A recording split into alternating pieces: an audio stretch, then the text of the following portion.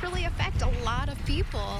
Including you. Everyone who uses the internet needs to listen to this story. What if you couldn't go to your favorite websites or use services like Netflix? That's what some say could happen if net neutrality goes away. WCIA3's Raquel Martin has more on what you need to know.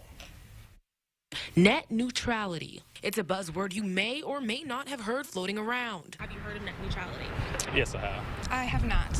But regardless, after Thursday's vote, some fear you could feel the impact. America will suffer if they end up voting and getting rid of it. Right now, net neutrality rules require internet providers like Comcast and Verizon to give every site the same internet speed at the same cost. But critics say tossing regulations out the window allows providers to put a price tag on internet access.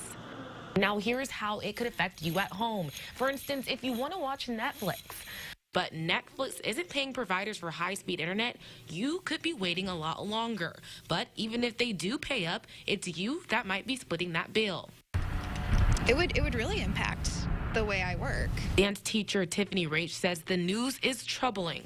I have to research all the time for different shows and different eras and things like that. I'm constantly online looking for music, and I feel like also being a dance teacher, I have low income.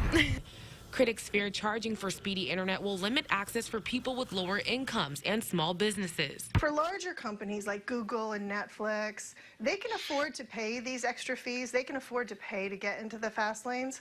But smaller startups, small companies, nonprofits, libraries, governments, they can't afford this. The FCC chairman calls net neutrality a mistake that's hurting investment. Because those regulations are so prescriptive, many companies, big and small, have told us that they are holding back on investment in their internet networks. But some say they don't trust providers to play fair. Big corporations haven't acted on that before, but I feel like given the opportunity, I think they definitely will take that advantage. In Springfield, Raquel Martin, WCIA3, your local news leader.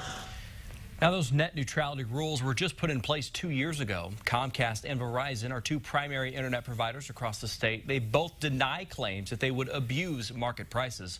Last month, Verizon issued this statement saying, "We're very encouraged the FCC will restore the successful light touch regulatory framework for internet services." Now, if the FCC repeals the rules, congressional Democrats are preparing to take this issue to court. If you'd like to let your voice be heard, Senators Dick Durbin and Tammy Duckworth are encouraging you to reach out. You can find a link on our website, IllinoisHomepage.net.